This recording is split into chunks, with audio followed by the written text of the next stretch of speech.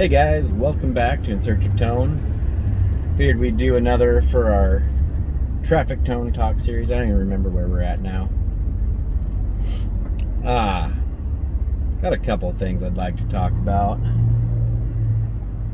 Kind of wanted to do a little bit of a revisit. We were talking about attenuators a while ago, and I don't know if everybody saw the unboxing or not, but I did buy the 2 Notes Captor X, and it is the little bit more expensive one. That one came in right around just over $600 after tax, and of course, Sweetwater has free shipping on some of their special finance deals, which is amazing, by the way.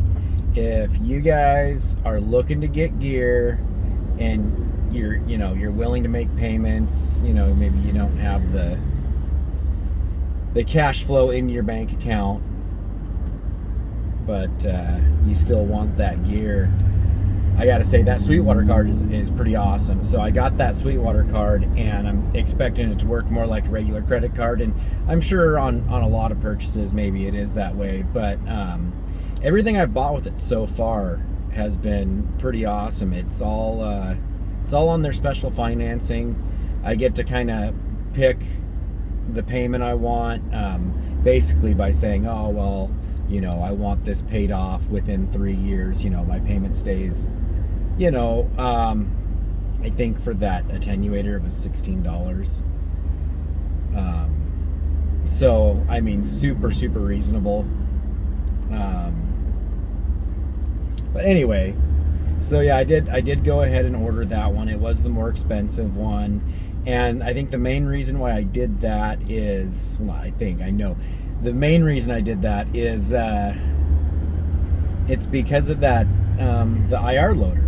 So the regular captor, it has a speaker sim, but it's you get what you get. You don't throw a fit. There's one for guitar, there's one for bass, and that's it. You're not loading other virtual cabinets. You can't load other IRs on it. The nice thing it does have is it is a reactive load as well as an attenuator. You still have that 20 decibel drop, but I think for me personally, that wasn't really going to do it, because one of the things that I was really concerned with was my front of house tone, and miking my Marshall cabinet was decent, but it's a cheaper cabinet. I think the speakers I have in it right now are probably worth 4 times the cabinet, which I tried to shoot a video a long time ago for that, and it just didn't turn out. Maybe we'll revisit that someday and do another video. I was thinking about changing out 2 of the speakers to something a little bit different, but I'm also kind of thinking about building a cab. The only issue is, man, have you seen the price of plywood these days? It's bad. It's real bad. But so I've used that attenuator for 2 weeks now, I think. No. It's just been the 1 week. But it took a little bit of playing with, kind of getting things figured out, seeing what I like, what I don't like. I've actually already bought another cabinet to try out this week. What I did discover is that the 20 decibel drop was a little bit too drastic, especially when you're competing with the drum set. It just, I could hear myself, but just barely. And so, although everybody else was able to hear just fine, because our soundboard is throwing the volume front of house, what I ended up having to do is go back to my for lack of a better term, there's a half power switch. So that amp runs at full 20 watt.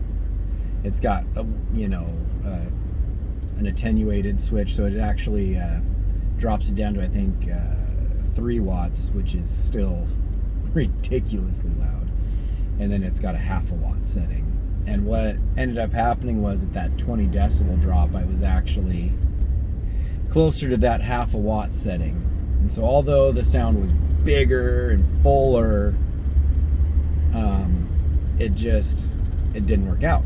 So we went back to that 3 watt setting and cranked her up a bit. Got a good crunchy sound out of it, and went back to the super overdrive pedal in front of it for all of my gain. So great sound, but where it would really shined was the signal that we were sending to the soundboard.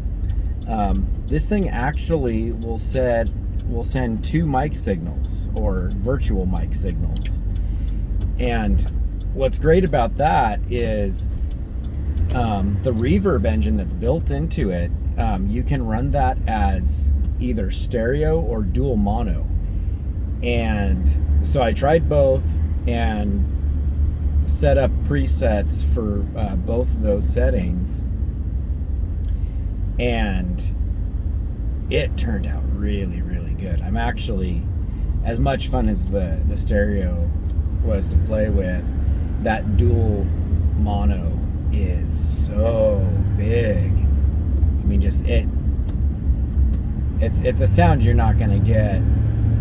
Well, I guess you could dual mic your cab anyway, but the mics that they use to create those virtual cabinets, they're actually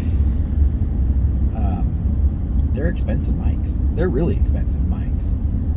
I'm talking thousands of dollars to be able to replicate that same thing. So definitely that thing is doing its job, serving its purpose, and yeah, it's what I'm gonna say is just kind of one of those must-have pieces of gear. If you're a tube amp, fanatic like I am, and I'm just barely breaking the surface too, it's necessary.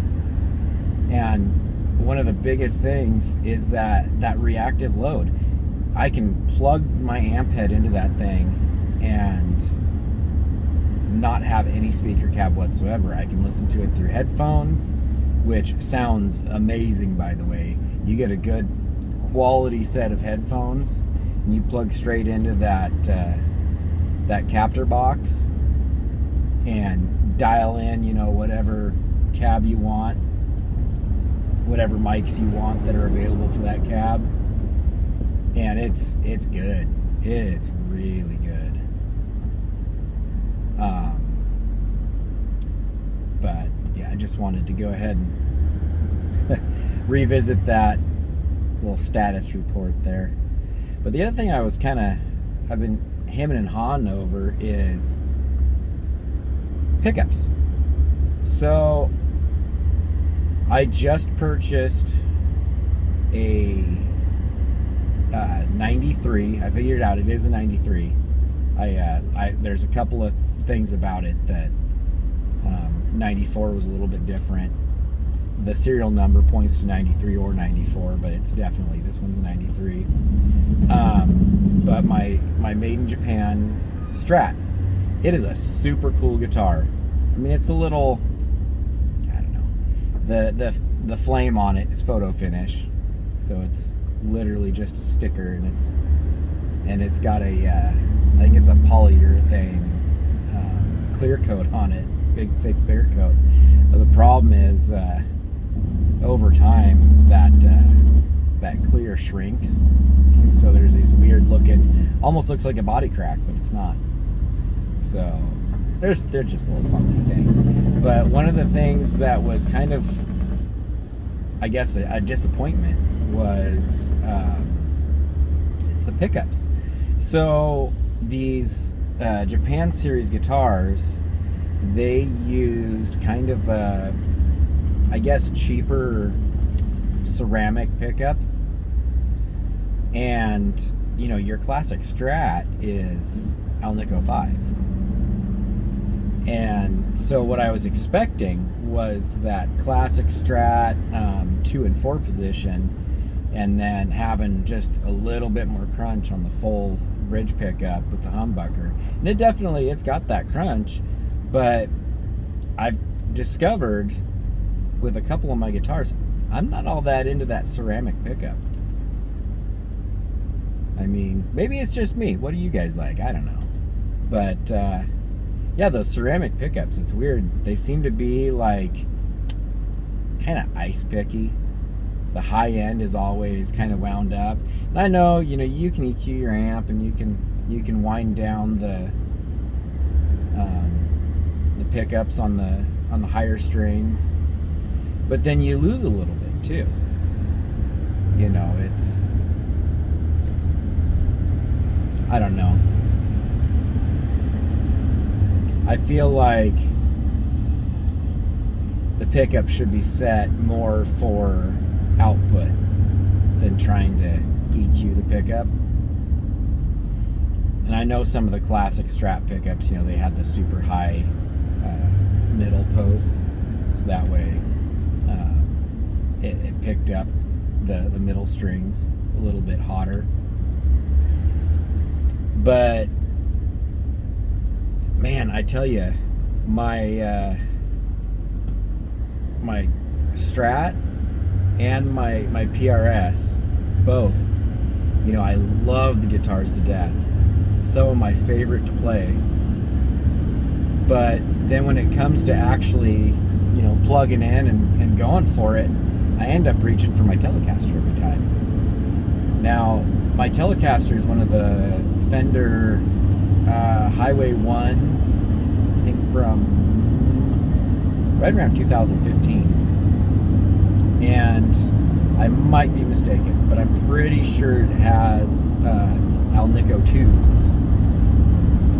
What it does have, what I'm absolutely sure it has, is it's got a treble bleed circuit, which is super useful because as you turn down the volume knob to kind of clean up a little bit, if you're set a little, you know, if your amp's set a little crunchy like I like to run mine, you don't lose any tone. When you don't have that, you roll back the volume and yeah, it cleans up, but it gets kind of muddy. So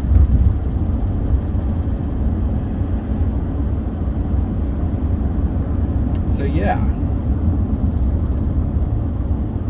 I mean, I guess maybe I'm in a boat all by myself. Maybe ceramic pickups are just the way to go for some people. What do you guys like to run? You know, leave some comments down below. Let me know kind of what your thoughts are, what you like to run in your guitars. Maybe I'm missing out on something. Maybe I'm set up wrong. Maybe I need to experiment with raising and lowering pull pieces.